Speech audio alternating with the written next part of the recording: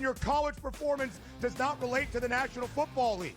It never does. They played side by side with each other, and he wasn't as good as Quinn Ewers. That's an issue. That's a major issue. It wasn't that he wasn't as good as Quinn Ewers. Ever got to Texas. It wasn't that he wasn't as good as Quinn Ewers. It was Quinn Ewers' program, which Steve Sarkisian made very clear the entirety of the time that Arch Manning was in Austin. So for you to argue that because Ewers is a 7th-round pick, Arch Manning is not that good and not deserving of being first overall is asinine. It is wrong. It is incorrect. I told you he's going to be number 1 overall. My whole thing was I'm buying you're doing your thing now where you double down on a take that is incorrect. The best quarterback prospect to ever hit college football can't play. He's over not, a 7th-round There were pick two who didn't even perfectly play rated good. quarterback recruits in the history of the sport. Quinn Ewers couldn't even play at Ohio State. He couldn't even play at Ohio State. Quinn Ewers. Use that to our advantage. There is not going to be a better place, I promise you, than Game Time Decisions. I'm Kevin Walsh. Tune in to Game Time Decisions weekdays on SportsGrid.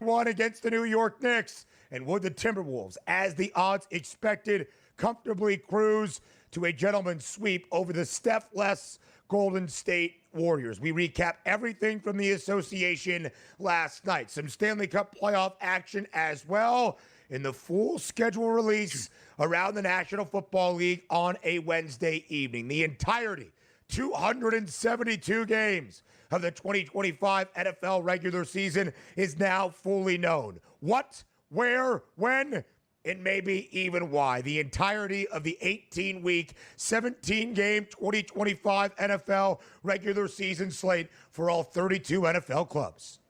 It's crazy when you look at the schedules, too, because obviously me being a fan of an NFC East team and the schedule draw that they got, which includes the AFC West, every game looks tough. Like I sit here, Ben, with a 3.5 ticket on the Giants over, which should you be auto paint, bang, that should be able to get at least 5 victories. And you look at that schedule like, are they opening up 1-9 to start the year? Like, it's that crazy and that tough. Same thing with the Philadelphia Eagles, which if I do have to get upset quickly, we'll talk about it later. Come on, man. The first 8 weeks of the season, 5 1:00 games for the Eagles, which means I will miss half of the Eagles games driving home. Something's got to change at that point here. But this way it is here. I'm excited for the NFL season. They get off. We're not close away. It's May. We're almost into June, which turns into July. You get that picture. But so many hot topics on the card today to get after, which means the Boston Celtics still alive, baby, still alive. Some life perhaps in Beantown and maybe with a trip to the other Garden later this week. We start, though, DRS, in Minneapolis. The Timberwolves, a double-digit home favorite against the Golden State Warriors. Steph Curry ruled out for game number 5. He had missed the entirety of this series outside of a quarter and some change in that opening game of this second round set. And without Steph Curry, Golden State tried, but just simply not enough in the tank. Minnesota wins by 11, 121-110, even covering as a 10-point home favorite to knock out the Dubs in only 5 games. The Timberwolves advance to the Western Conference Finals for a second consecutive season. And for about 10 hours, that line sat at 11.5 points, a final of 121-110, which was impressive because a late layup which gave the victory. And then as I was watching that game close out, Ben, depending on, because I didn't have the side straight up, let's just say. But if you're watching where they're trying to foul but not trying to foul, will the ref call it? Will the ref not call it to end the game? And they didn't and walked off the court. We've all been there in those painful scenarios, both winning and losing. But let's be honest with ourselves. The Minnesota Timberwolves were better. Why? Because the Golden State Warriors were injured. That series would have been so much fun if Steph Curry was available for each and every game, which obviously he wasn't. The hamstring injury, too much to overcome. And we talked about so many options for Golden State. Jimmy Butler had to be Himmy Butler. He did cardio last night, played 42 minutes. Like, you know what? I'm good. 4 for 11 from the field. That's good enough for me. Podziemski and Kuminga tried to keep them in it. They just didn't get a lot of help, and rightfully so. They're just not that talented without Steph in the lineup. A sensational 3-game stretch out of Jonathan Kuminga. Brandon Podziemski was Golden State's leading scorer last night with 28. But again, very little Golden State can do without one of the best players in basketball, and by far their best player as well. And when Buddy Hield goes 0 from beyond the arc, That's never a recipe for success for the Warriors. A great series out of Julius Randle. All 5 starters for the T-Wolves score at least 14 points.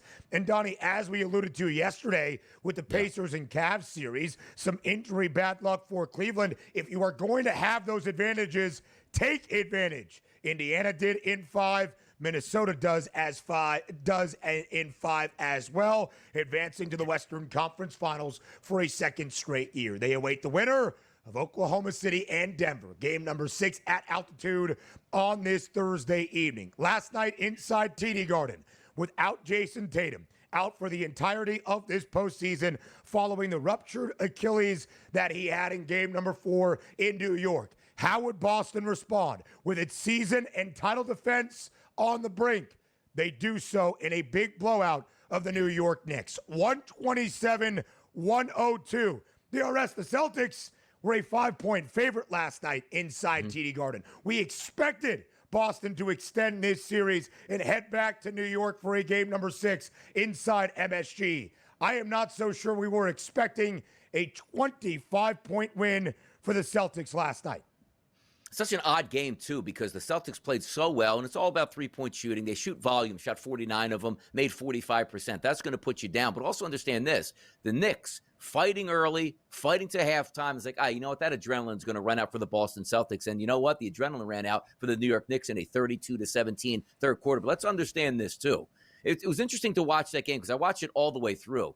Like, the Celtics fans, very exciting, cheering on the team, high fives. Like, it's such a weird oddity because they're cheering, they know it's fun, they want their team to win, but knowing there's no chance for them to win anything this season because Tatum is down, it was just such an odd thing to watch where they're playing so well, the fans are getting excited, but knowing you're probably not going to get out of this round, and if you do, you'll probably get beat next round, and if it's a miracle you get to the finals, you get beat there at this point. Credit Boston for fighting with no shot to win anything. I don't know, DRS. This Celtics team looks rather talented. Maybe we have to ask the question, is Boston better without Jason Tatum? I kid, but we'll discuss further in just a moment. NFL schedule release night on a Wednesday. All 32 teams now know the entirety of their 18-week regular season schedule. We'll break it all down, DRS, in hour number 2. Yeah, it's fun to look at it here. It's still way off. But again, the NFC East schedules between every team, is any of them going to win any games here? They're that tough, it feels like. It's great.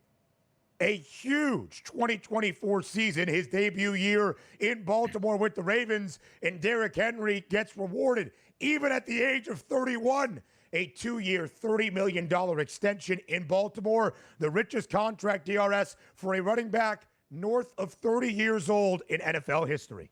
I love it, man. The return of the running back. This is the staple of the ground game, is your tailback here that can carry 20-plus times a game. Good for Derrick Henry. More than 1,900 rushing yards and 18 total touchdowns last year with the flock. NHL playoffs in overtime in a game that was scoreless into the extra session. The Oilers win in Vegas, closing out the Golden Knights in just 5 games. And Maple Leafs, the Panthers dominate in Toronto 6-1. Fantastic. By the way, the Oilers playing defense and throwing shutouts at teams, it just might be Canada's year. How about that?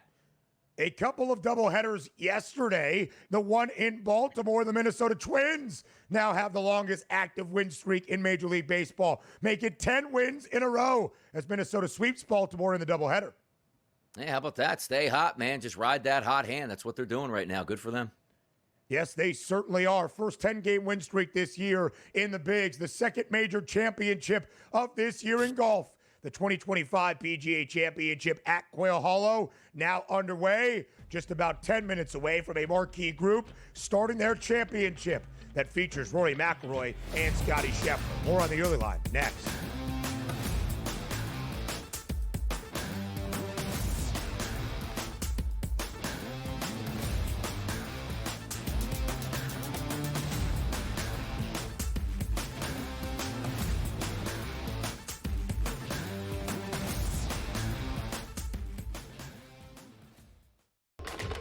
Enter into the magical world of McLuck.com, where even the smallest of spins can win real cash prizes. Adventure into over 1,000 of the best Vegas-style slot games So what are you waiting for? Unlock your free welcome offer today. Join the fun where winners play and players win. The two guys that can do it all. Too much electricity this morning. This is a good time. We're having a lot of fun. I had to do a triple take. Ka-ching! Why? Because of parity. I didn't mean to offend. Yeah, it's not going to happen. Load management is a dirty word. Let him rip. You know what? Circumstances provide the results. What? How do you do this once? Oh, Donnie, you got such a good show there. A network that is booming. The Early Line, only on SportsGrid. The game is on. The stakes are high. But the action isn't just on the field. He's rearranging that ring. Get it inside! SportsGrid's in-game live.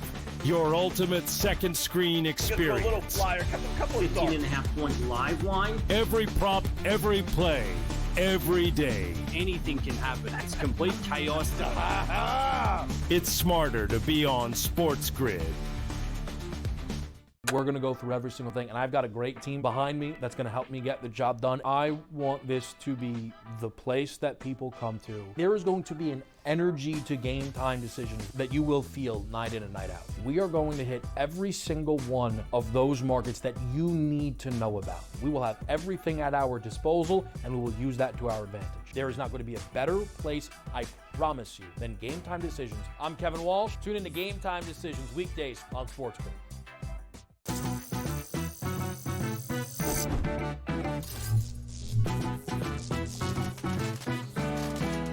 Did you know sportsbooks tend to draw up tighter bet lines for events that get even more bettors, like championship games or major matchups? My tip, try betting on less popular sports. You might have a better shot at beating those odds. Now, go get lucky. See you in Las Vegas. Let's get lucky.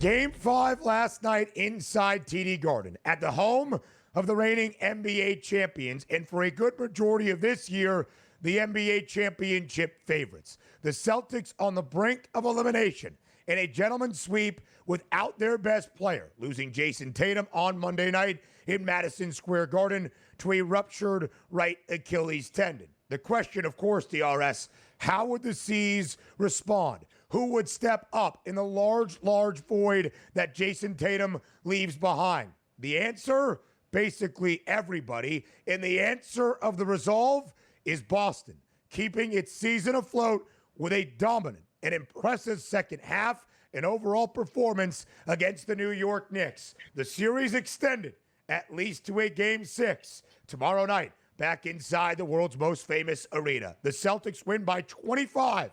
127-102. The Celtics cover as a 5-point home favorite, a total of 208 skies to the over. And again, let's start there, DRS. The Celtics were a 5-point favorite. The odds makers expected Boston to keep its season alive and extend this set and its season. But I'm not sure we were expecting a 25-point rout last night inside TD Garden without Jason Tatum. No, wasn't expecting that here, but you did expect that you were going to get the heart of a champion from the Boston Celtics, and they just weren't going to go out with a whimper, and they didn't. And also, if you were just reading the line yesterday, because for me, I did think the Knicks would win this game outright and took the 4.5 points. Same way I thought the Indiana Pacers would go in and still win that game, even though that line was telling you better be getting after the Cavaliers in this game. They end up winning outright. But the fact that the Boston Celtics smoked the Knicks, and also the tough part for the Knicks was coming into the energy in the building to see what it was, because you knew you would get a kitchen sink game without Jason Tatum, and they fought them off for the first half. decompress in the halftime locker room. We're better, our starting five versus them. Let's just go out and close out this situation. It was the complete opposite. A 32-17 third quarter in favor of Boston. A 36-26 fourth quarter in favor of Boston. They were knocking down three-point shots. They were playing with rhythm. And when did Wilt Chamberlain reincarnate into Luke Cornett's body? I don't know. The guy was the best shot blocker I've ever seen in my life. It's like the mid-1990s Shaquille O'Neal, blocking everything, getting every rebound, finishing at the rim. It was pretty impressive to see. Hauser comes back, bombing away with a couple three-point shots. It was a good night in Boston. It might not amount to a victory in the series for them, but you got to give them the respect they deserved last night. A 25-point win over the Knicks in a closeout situation without your best player. That's how you perform in big moments. That's how you know Joe Mazzulla has the ear of that basketball team, still has them fighting. We'll get to the panic level meter for the New York Knicks, if there is a panic level. Tomorrow night inside Madison Square Garden, the Knicks have yet another opportunity, one win away from their first Eastern Conference Finals appearance in 25 years. Let's talk about this game here in game number 5. DRS, this was the first game in this second round set. The New York Knicks were not trailing by at least 9 points at the halftime break. So we thought, all right, a better start for the Knicks. They do not need to claw their way out of a very large hole to win a game in this series, trailing by at least 14 points some point in the third quarter in each of the first 4 games. It was Boston last night without Jason Tatum that won the second half. It was the Celtics making the plays when it mattered most in those final 2 quarters, and it was a huge night basically for everybody, as it has to be, DRS, when you lose your best player in Jason Tatum. Jaylen Brown took on the mantra of their leader. 26 points last night, barely over his points prop of 25.5, but you see how he did everything else. 12 dimes, 8 boards, great defensive intensity. Derek White, sensational. 34 points, 7 made triples, 5 made threes for Peyton Pritchard, and the game that will forever be known as the Luke Cornett game. Game number 5 in Beantown last night. 10 points on a perfect 5 of 5 from the floor, 9 boards, a career best, 7 blocks, and a playoff career high 26 minutes. DRS, I'm not exactly sure what rotation Joe Mazzulla adjusted to in losing Jason Tatum, or maybe even after Game 5 tipped, but it was putting Kristaps Porzingis on the bench, and it was riding with Luke Cornett all night long.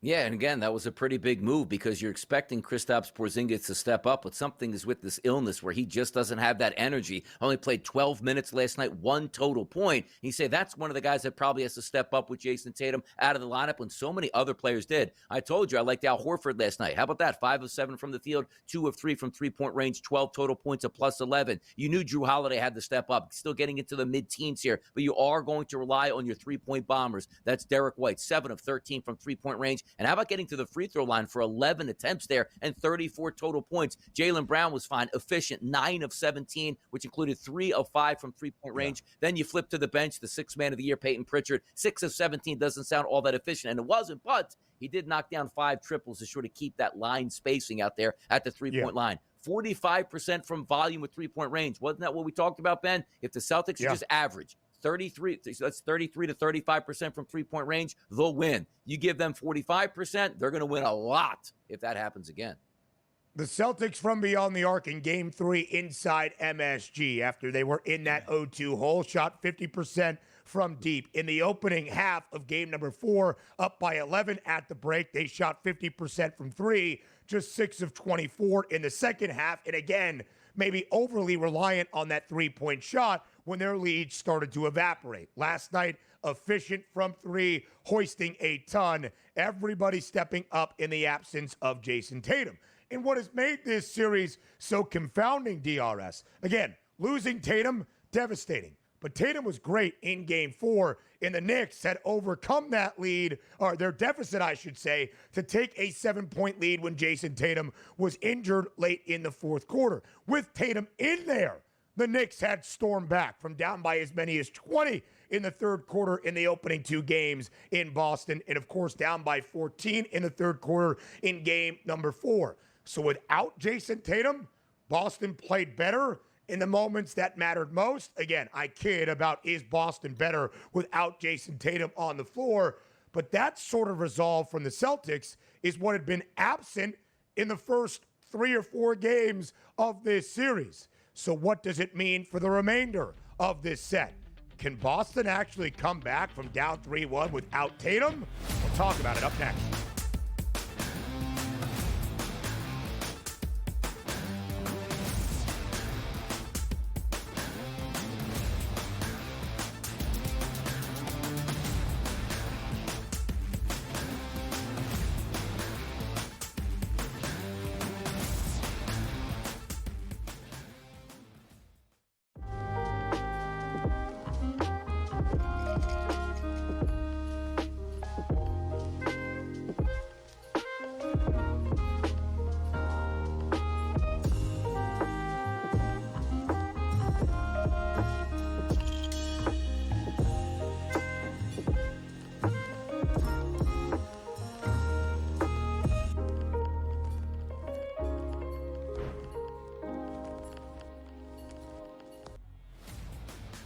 Your college performance does not relate to the National Football League.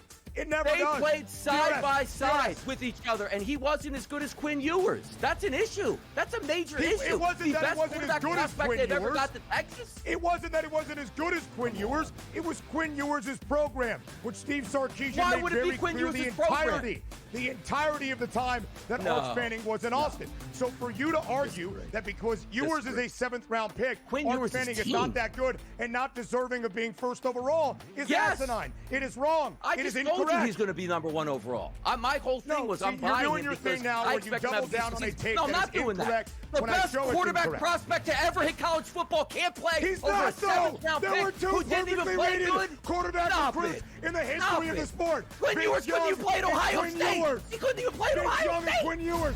Go look it up.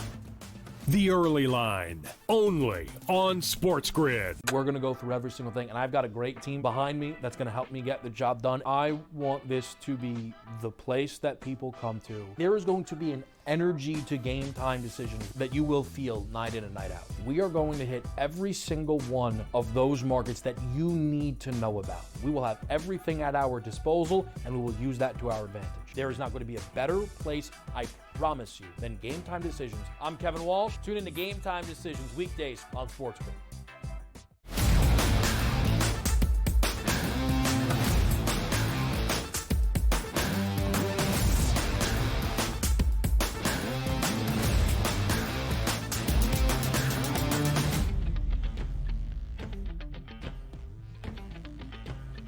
So we will at least see a game number 6 back inside Madison Square Garden tomorrow night between the Knicks and the Celtics. Again, Boston was a 5-point favorite for game number 5. Did we expect a 25-point rout? And the Celtics tied at the break, completely dismantling New York in the second half, a complete reversal of what we had seen in the opening 4 games of the second-round series?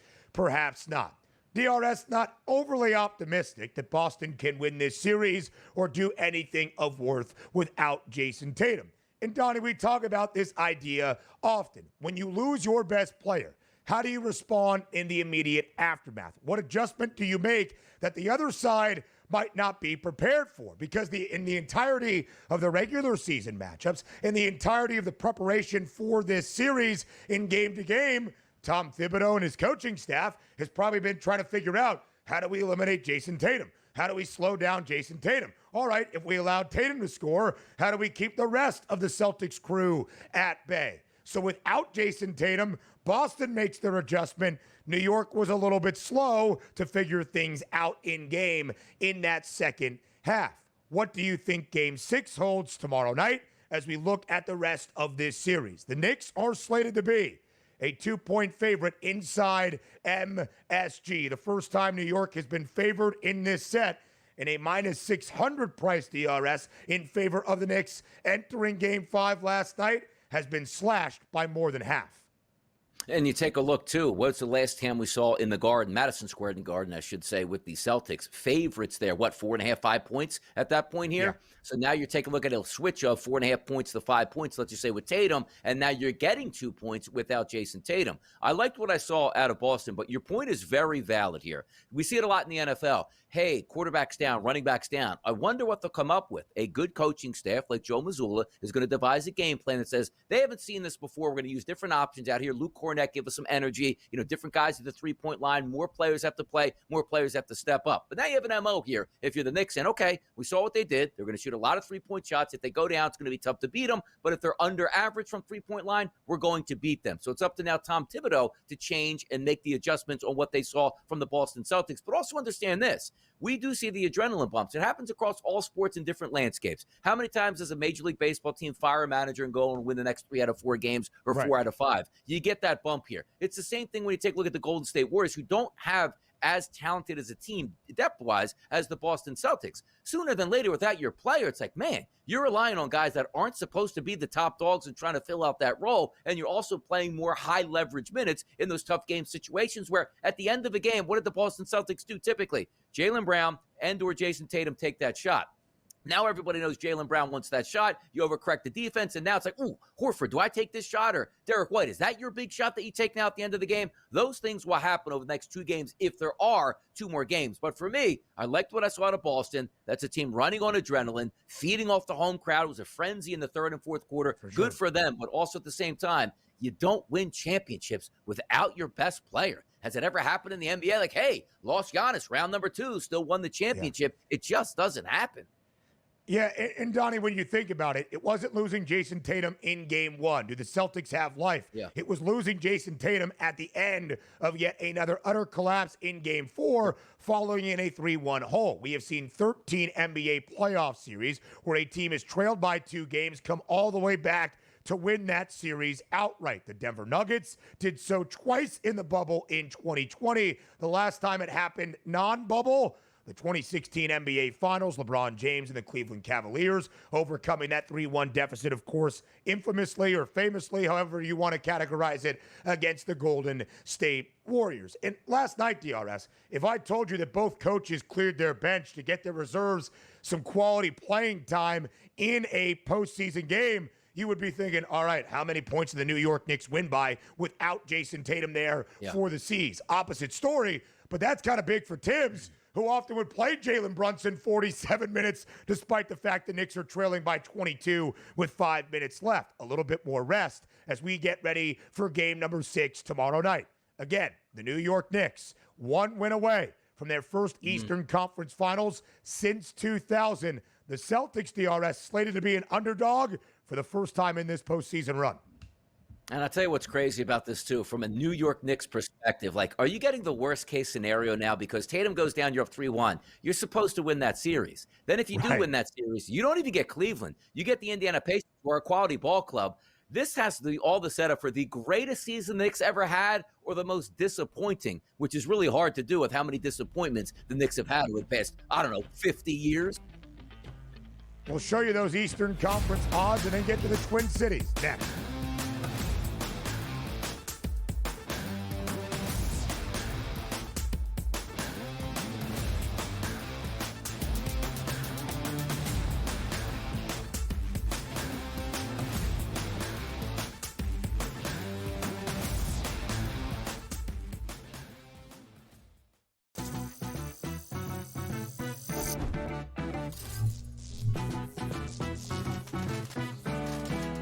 Did you know sportsbooks tend to draw up tighter bet lines for events that get even more bettors, like championship games or major matchups? My tip, try betting on less popular sports. You might have a better shot at beating those odds. Now, go get lucky. See you in Las Vegas. Let's get lucky. They've won 7 in a row. They've been dominant at Citi Field. Lindor's been insane. Pete Alonso's been raking. Griffin Canning, David Peterson, those guys have pitched really, really well. And when you put it together with that lineup, especially like you said, Lindor's been great. they've got the makings of something very special in Queens. Pharrell, Coast to Coast, only on SportsGrid. Derek Carr has called it a career after 11 NFL seasons. I think they knew before the draft that they had to make a move at this point. And by the way, Derek Carr did have a pretty good career. Made as many Pro Bowls as Eli Manning. So based on that, he should go to the Hall of Fame like Eli Manning. Well, Eli Manning does have a couple rings at that point, but always wanted to take a shot at Manning, who should not actually be in the Hall of Fame. Shouldn't be questioned an under 500 quarterback for his career. Stop the Manning. The early line, only on SportsGrid. The game is on. The stakes are high, but the action isn't just on the field. He's rearranging that ring. Get it inside! SportsGrid's in-game live. Your ultimate second screen experience. A little flyer, couple 15.5-point live line. Every prop, every play, every day. Anything can happen. That's complete chaos. It's smarter to be on SportsGrid.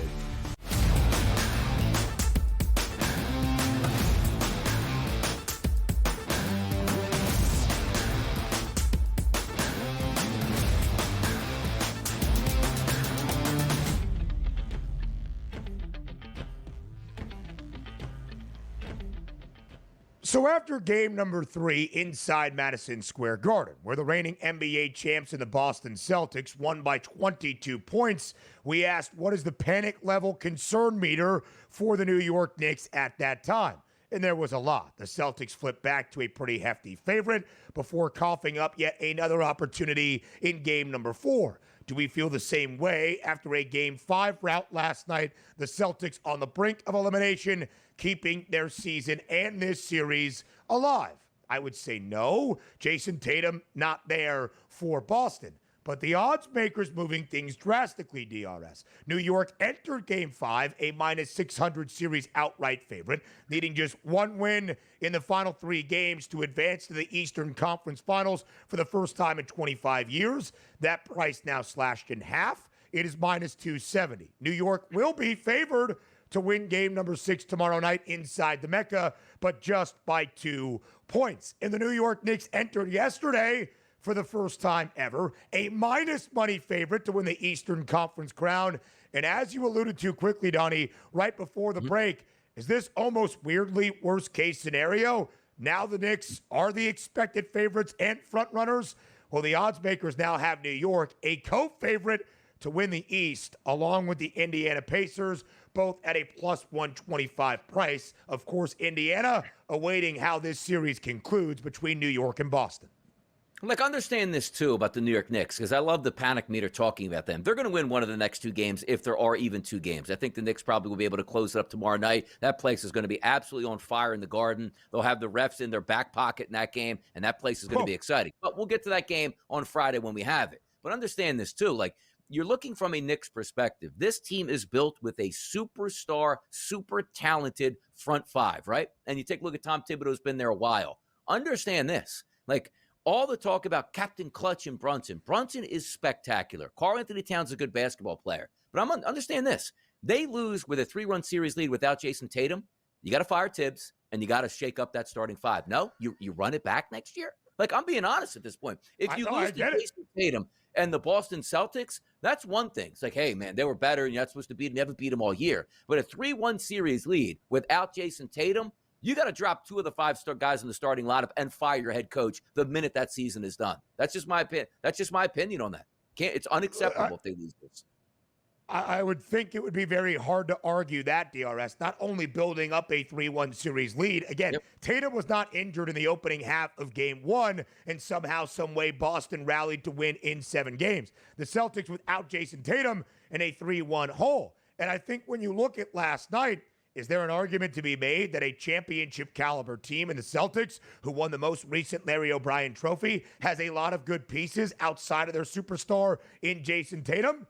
For sure. And is there an argument to be made that at times last night the Celtics looked equally as talented, or maybe even more so than the New York Knicks? Maybe, just maybe. So I think your point is rather sound. Again, New York is a 2-point favorite in game number 6. Inside the Mecca, the world's most famous arena, that is your golden opportunity. But the pressure is mounting. There is no doubt about that. The Knicks were the hefty series underdog. They could play free against the reigning NBA champs and their bitter rivals. Well, now they are expected to win this series. It is a change in mentality. How do the Knicks respond? DRS, after Steph Curry was injured early in the second quarter in game number 1 of the conference semifinal series between the Warriors and the Timberwolves out west, there was no doubt that Golden State was behind the 8 ball, and Minnesota now needed to take advantage despite dropping that opening game of this second round set. The Timberwolves, without Steph Curry on the other side for the Dubs, did exactly that, completing the gentleman's sweep last night at home in the Twin Cities, winning by 11. As Donnie mentioned, this line was 11.5, 11 points for a good majority of yesterday, closed closer to 10, 10.5 or 10 points in favor of the Timberwolves. Minnesota wins by 11, 121-110. And Minnesota DRS held a 21-point lead entering that fourth quarter. Now, the Dubs did cut it to a single-digit deficit with a little bit more than 7 minutes remaining, but the Warriors' fight without Steph Curry was pretty much that, trying to claw closer but never really able to overcome it. The Timberwolves win in 5 games to advance to the Western Conference Finals for a second straight year. Look at that, 4-1, 4-1 there. 2 5-game sets here for the Minnesota Timberwolves. Don't have to get those high-leverage Game 6 and Game 7s in. Get some rest here before the Western Conference Finals. They're a fun brand of basketball to watch. It'll just be more interesting when they line up against a team that's full gas, like the expectations would be and/or Denver, and probably more likely OKC. But I told you yesterday on the show, if you are looking at the Golden State Warriors and you want to extend this series because you saw the talk all game long, the reporters and the cameras all in Steph Curry, hey, outside chance this game gets back. He's working hard. He's rehabbing around the clock. Yeah. Who knows if he would have come back, but that was your angle to sort of motivate the Golden State Warriors. Hey, man, let's win a game and see if we can get Steph back and then really see what happens. But my talking points yesterday were, Jimmy Butler, you are required to be an alpha dog. You were not an alpha dog in this series. You were not an alpha dog yesterday when your team needed you the most with 17 points. You had to be in the mid-20s, easily hitting your points prop. Guy number 2 in that lineup is Buddy Hield. I said, you can't escape this game without getting secondary help, which includes Buddy Hield must hit his points prop total yesterday and drop multiple three-point shots. Yeah, he responds 0 of 4 from three-point range with 8 total points. I get it. Podziemski stepped up 28 points and Kuminga on the bench 26. You needed more of an effort from those guys in the starting lineup to hang around. But again, you're just not that talented, Golden State, without Steph. And you take a look at the Minnesota Timberwolves, they're healthy, they're more talented, and all they did was close you out and win basketball games once your superstar went down, which is the sign of a very good basketball team. Yeah, DRS, those 2 guys you mentioned, the Buddy Cop series between Buddy Hield and Jimmy Butler, feeling good after the opening round series against Houston.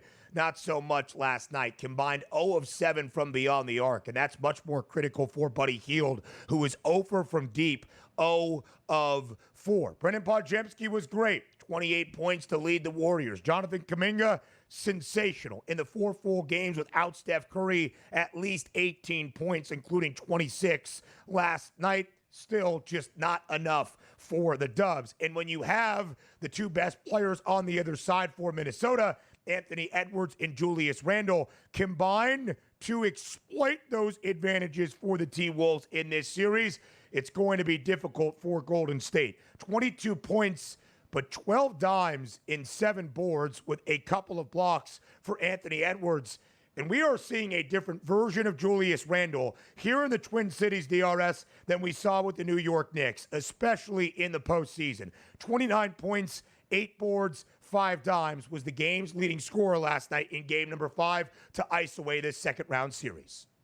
And how good that game was, too. Typically, you see a big man or let's just say a power forward had 29 points. What do? Make 13 free throw attempts, really pad those statistics? How about 1 of 1 from the free throw line, which means he was 13 of 18 from the field, 2 of 6 from three-point range, getting the job done. And I saw the interview post-game. It's like, you know what? I just want to be known as a winner at this point here because he was sullied a little bit in New York, and they basically said, hey, we got a better option. Can we get Karl Anthony Towns? And everybody thought it was like, boy, the better move for the Knicks was to get Karl Anthony Towns and Randle to the Timberwolves. Let's see what happens. He's playing great basketball at the right time right now. And good for him. 43 minutes last night, 29 points. You'll take that every single time in a closeout situation.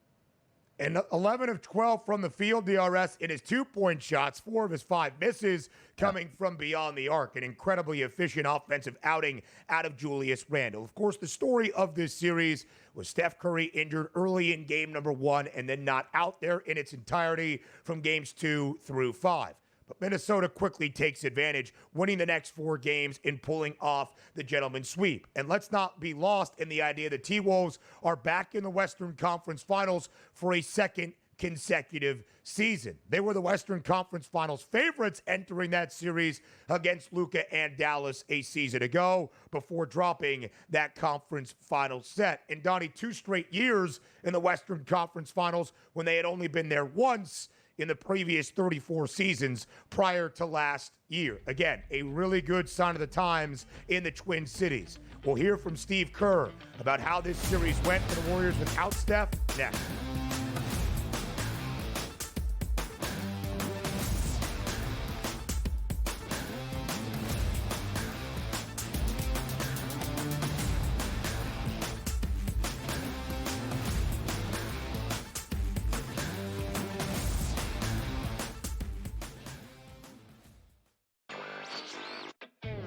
Still underdogs at home, on the road, and all of these games. It's time for people to start understanding it's a legitimate team that has a chance not only to win the series against Cleveland, but also maybe even go all the way to the NBA Finals. I think a lot of the focus has been on why the Cavs have not played particularly well.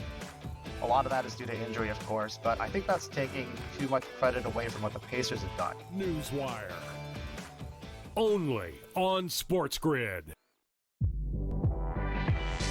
Malaysia Fawali, who you guys know I am a huge fan, has decided to switch allegiances and stay in league. And now she's going to go play for Kim Mulkey. Her, Flau'jae Johnson in the backcourt. It's going to be interesting to watch. You wonder sometimes with roster construction, maybe too much is not too good. Betting above the rim. Only on SportsGrid. Jason Tatum underwent surgery to repair a torn right Achilles tendon. That is obviously a season-ending injury, and you know that's long rehab. You're talking That's a year. That's a year. I don't wish that on anybody. I don't. I hate that Achilles, knees and ankles. I don't like talking about them. I've said it a million times. But screw the Celtics. Pharrell Coast to Coast. Only on SportsGrid. Two guys that can do it all. Too much electricity this morning. This is a good time. We're having a lot of fun. I had to do a triple take. Ka-ching! Why? Because of parity. I didn't mean to offend. Yeah, it's not going to happen. Load management is a dirty word. Let him rip. You know what? Circumstances provide the results. What? How do you do this one? Oh, Donnie, you got such a good show there. A network that is booming. The Early Line. Only on SportsGrid.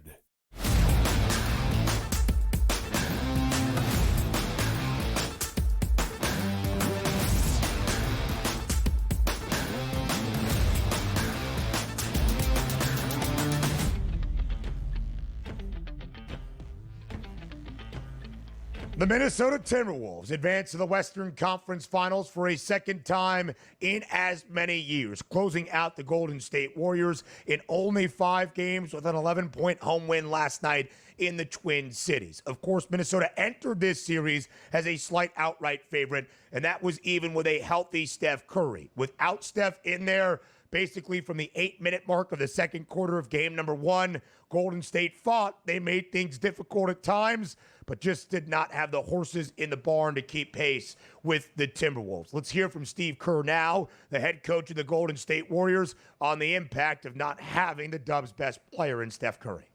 Steve, you mentioned earlier we had a shot.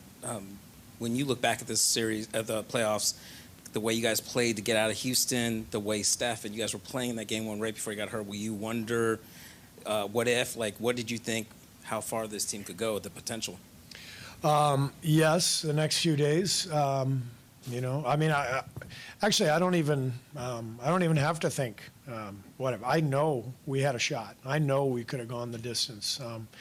Maybe we wouldn't have, but it doesn't matter.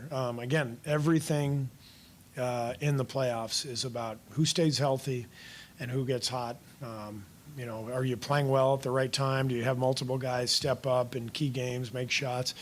And do you have good health? And, you know, you see it every year in every series. And so there's a little bit of luck involved, you know, and we, like I said, we've been on both sides of that, and it's just part of it. There's no doubt about it, DRS. When you lose a guy like Steph Curry, you either need monumental performances out of those other stars, and if you don't get them, it's still just too much to overcome. And we see injuries be a huge part of playoff series, not just in the NBA, but everywhere in professional and even collegiate sports. And if you are the beneficiary, in this case the T-Wolves, of a huge injury to a superstar in Steph Curry, you must take advantage. The T-Wolves did quickly, winning the next 4 games after dropping the opening game of this set and pulling off the gentleman's sweep over Golden State. Yeah, look, you have to take advantage. You're exactly correct here. And in a couple of years, if you win a championship, nobody's going to care that you knocked off the golden, hey, the Larry O'Brien trophy just doesn't hit as hard because Steph was injured. No, nobody cares about that. Just win that championship and you'll be fine off. And that's why I got to give a lot of credit to the Minnesota Timberwolves. What did you want them to do? Well, round number 1, hey, the Lakers, big bad Lakers, Donnie, talking about conspiracy theories. No way the Lakers can lose. They knocked them down in 5 games. And then you see the Golden State Warriors come to town. Hey, look at that. Fresh off a victory over Houston as a 2 seed. They're going to be tough, championship pedigree. Injury happens. Yeah, they could have lollygagged around there, made it 6 games, made it 7 games, and won that game. So, okay, that's still fine. They handled their business. The minute Steph went down, let's go. We're the better ball club. Let's get in. Let's get out. Let's not waste any more time in this series. So, credit to both sides. I thought the Warriors played tough with what they had, and I thought the Timberwolves being the better team, not messing around and just handling their business and getting out of that series in a gentleman's sweep. And you heard the reporter there. What if? What if Steph Curry is fully healthy? You won game 1, and Steph Curry only played about 14 minutes of live action. So there is an idea that the Dubs could have won this series outright or at least gone the distance and past 5. But we don't really deal in what ifs because we have the reality. And that's where the credit goes to Minnesota, understanding its reality and not wasting any time with it. For a second straight season, Anthony Edwards and the Minnesota Timberwolves are in the Western Conference Finals. Again, they were the ever so slight favorites against the Dallas Mavericks entering last year's Western Conference Finals before Luka Doncic and Dallas had other ideas. This year, DRS, the T-Wolves will not be a favorite, although they are the first team into the Western Conference Finals. The odds makers continuously, and probably correctly so, favoring the number 1 seed out west, the Oklahoma City Thunder, at a minus 270 price. But OKC's in a dogfight. They're up 3-2 right now, heading to altitude tonight to try to close out this second-round series against the Denver Nuggets. Yes, Oklahoma City is a 4.5-point road favorite in Game 6 tonight. But, Donnie, if anybody has watched this series, there is a large belief we could at least see 7 in OKC over the weekend. Yeah, and also that game number 7, where will it be? As you said, in OKC. If Oklahoma City does advance and knocks off the Denver Nuggets, they'll take on the Timberwolves. Where will that series be primarily? OKC. Home court advantage certainly is going to play this one out, and that's why they're a heavy favorite. And expectations also for the Thunder to close out the Denver Nuggets. Yes, they are favored on the road to do that. So I see that minus 270. And it does sound appropriate, even though that's been a tough series all the way through. And if you leave it up to a game number 7, it's not as if you can lean back on OKC and be like, yeah, we do this every single year. We make deep runs. We play high leverage situations. Game 6 is game 7. That's what we're used to. How do they react to that environment where, yes, you have it at home, but sometimes when things aren't going your way, you can feel the angst of that crowd creeping in at that point, and that's when you start to buckle under pressure. Not saying they do that. I still think they win the series, but I do agree also that they're a minus 270 favorite. Home court advantage should matter, and it does. Regardless of the duration of this series between the Nugs and the Thunder, I wonder if that is the series outright price in favor of Oklahoma City. You would think it probably trends north of a minus 300 number, DRS, if/when Oklahoma City does wrap things up against the Nuggets. OKC wins tonight as a 4.5-point road favorite in Denver. Are we looking at a minus 350 split for OKC to win the Western Conference as we get ready for the conference finals against the T-Wolves? We shall see. And because of what is happening, not just in the Western Conference, that strong number on the Thunder, But of course, the Eastern Conference, where Boston was the favorite all year, basically in minus money by February, and the East #1 seed in Cleveland was supposed to be that tough test for the Celtics. Well, Cleveland's out. Boston's still on the brink of elimination despite winning in Game 5 last night. Who's the biggest beneficiary? Is it the Pacers or the Knicks? The odds makers really see it as the Thunder, a minus 140 price DRS for Oklahoma City to win that NBA championship.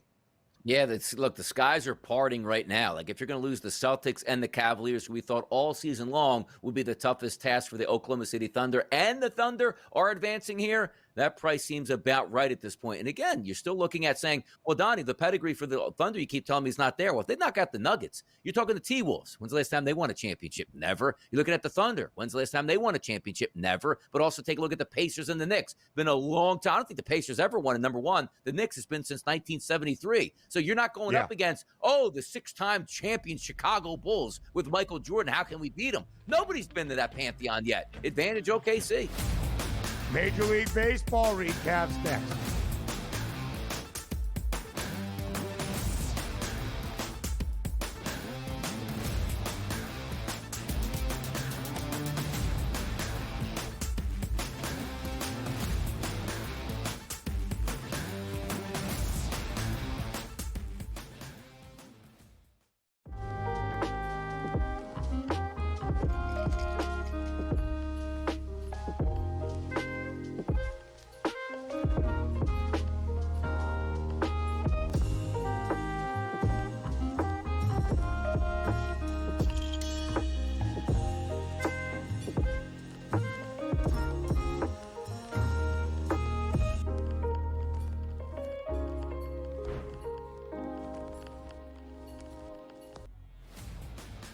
Your college performance does not relate to the National Football League. It never They does. played side by side with each other, and he wasn't as good as Quinn Ewers. That's an issue. That's a major issue. It wasn't that he wasn't as good as Quinn they've ever Ewers. got to Texas. It wasn't that he wasn't as good as Quinn Ewers. It was Quinn Ewers' program, which Steve Sarkisian Why made would it be very Quinn clear Ewers' program? the entirety of the time that Arch Manning was in Austin. So for you to argue that because Ewers is a 7th-round pick, Arch Manning is not that good and not deserving of being first overall is asinine. It is wrong. I It is just told incorrect. you he's going to be #1 overall. My whole thing was I'm you're buying doing him your because thing now I where you expect him to double have a down on a decent take season. No, I'm that not is doing that. incorrect The when I best show it's quarterback incorrect. prospect to ever hit college football can't play He's over not, a 7th-round There were pick two who didn't even perfectly play rated good. quarterback Stop recruits it. in the Stop history of it. the sport. Quinn Vince Ewers couldn't Young even play at and Ohio Quinn State. Ewers. He couldn't even play at Vince Ohio Young State. and Quinn Ewers. Go look it up. The Early Line, only on SportsGrid. We're going to go through every single thing, and I've got a great team behind me that's going to help me get the job done. I want this to be the place that people come to. There is going to be an energy to game time decisions that you will feel night in and night out. We are going to hit every single one of those markets that you need to know about. We will have everything at our disposal, and we will use that to our advantage. There is not going to be a better place, I promise you, than Game Time Decisions. I'm Kevin Walsh. Tune in to Game Time Decisions weekdays on SportsGrid.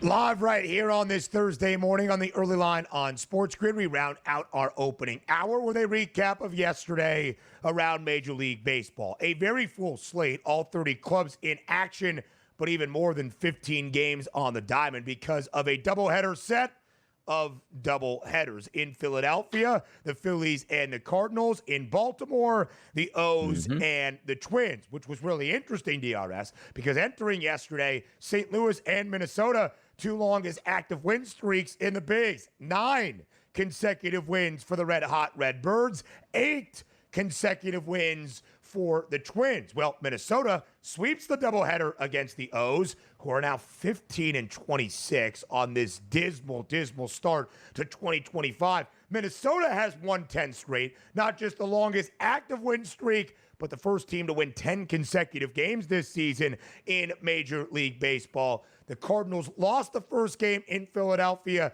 2-1, but then responded with 14 runs to take the second against the Phils last night at the Bank.